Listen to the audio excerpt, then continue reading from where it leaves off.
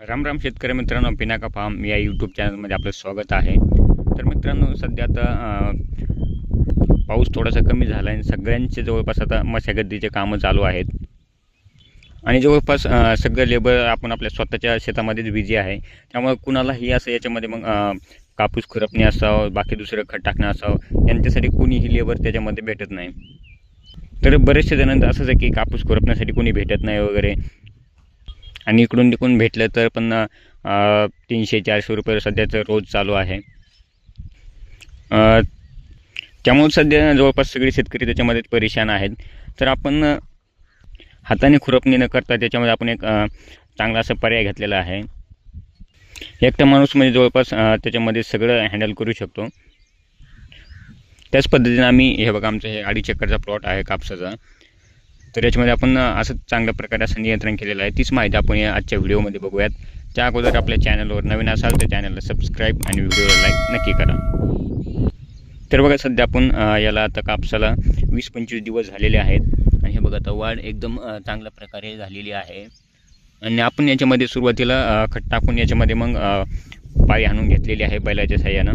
ते बघा, याच्यामध्ये तुम्हाला कुठेही जास्त गवत वगैरे दिसणार नाही.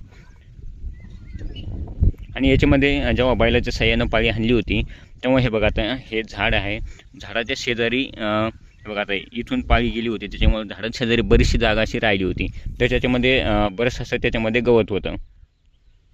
तर उरलेल्या जागेमध्ये आपल्याला एकतर लेबरच्या साह्यानं खुरपणी करावं लागली असती. तर सध्या लेबर कोणीही भेटत नाही. त्यामुळे त्याच्यामध्ये आपण एक साधारण जुगाड केलेला आहे.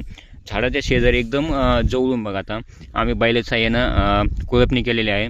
म्हणजे आता कोळप बघा, समजा झाडाच्या एकदम शेजारून गेलेलं आहे. त्यामुळे उगाच 2-3 बोटं त्याच्यामध्ये अंतर सुटतं झाडामध्ये. त्याच्यामध्ये म्हणजे पूर्णपणे झाडाच्या शेजारून गेल्यामुळं झाडाच्या शेजारचं वगैरे आसपासचं पूर्ण गवत त्याच्यामध्ये निघून जातं. फक्त जागा राहते बघा आता झाडाच्या सरळ लाईनीमध्ये, ही एवढी लाईनीमध्ये फक्त तेवढी जागा राहते. म्हणजे तुम्हाला खुरपणी जरी करायची असती तर तेवढ्या जागेची त्याच्यामध्ये खुरपणी करावं लागणार. त्यासाठी आपण लेबरनं लावता बघा. आता हे हातकोळप आणलेलं आपण छोटं, तर याला एका साईडनं असं बघा दात आहेत आणि दुसऱ्या साईडनं बघा एक पासा आहे. या पाशीच्या साह्यानं फक्त असं तुम्हाला काय करायचं आहे, मध्ये जिथं राहिलेली आहे तिथं फक्त असं ओढून घ्यायचं आहे. किती फास्ट सोपं याच्यामध्ये आपण काम करणार आहे.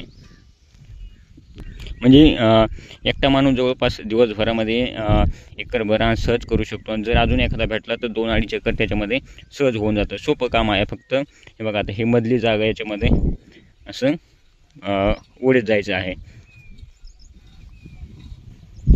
तर बघा, पूर्ण तर मधलं रान पाळीनं पूर्ण क्लिअर होऊन जातं. आता हे बघा, झाडाच्या मध्ये तुम्हाला इथं कुठे समजा आता गवत वगैरे दिसत नाही. पूर्णपणे एकट्या माणसाच्या साह्यानं पूर्ण आपण अशी मशागत याच्यामध्ये करू शकतो, जेणेकरून तुमचा लेबरचा खर्च हे वाचेल आणि एकटा माणूस पूर्णपणे याच्यामध्ये काम करू शकतो. जवळपास आता आमच्या इकडं 300-350 रुपये रोज चालू आहे एक लेडीजसाठी. नाहीतर मग जवळपास 5,000 रुपये एकरी असा रेट चालू आहे. आता हे बघा, आता 5,000 रुपये एकरी जर देण्यापेक्षा तुम्हाला आता एकटा माणूस 1 एकरभर रान या हातकोळपाच्या साह्यानं सहजपणे करू शकतो. आणि आम्ही सुरुवातीला जेव्हा लागवड केली होती तेव्हाच आम्ही याच्यामध्ये उगवणपूर्व तणनाशकाचा फवारा केला होता.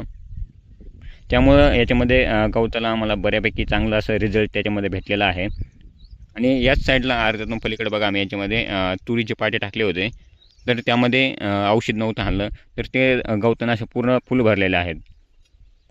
म्हणजे त्यामध्ये आणि या सरकेच्या तासामध्ये खूप फरक आहे. त्यामुळे होईन तोपर्यंत आपल्याला सुरुवातीलाच गवताचं नियंत्रण करायचं आहे. उगवणपूर्व तणनाशक वापरायचे आहेत, जेणेकरून नंतर पीक वाढल्यानंतर त्याच्यामध्ये आपल्याला खुरपणीचं वगैरे गवताचं त्याच्यामध्ये ताण होणार नाही. जास्तीत जास्त रोग आपल्याला याच्यामध्ये गवतामुळेच बघायला भेटतात.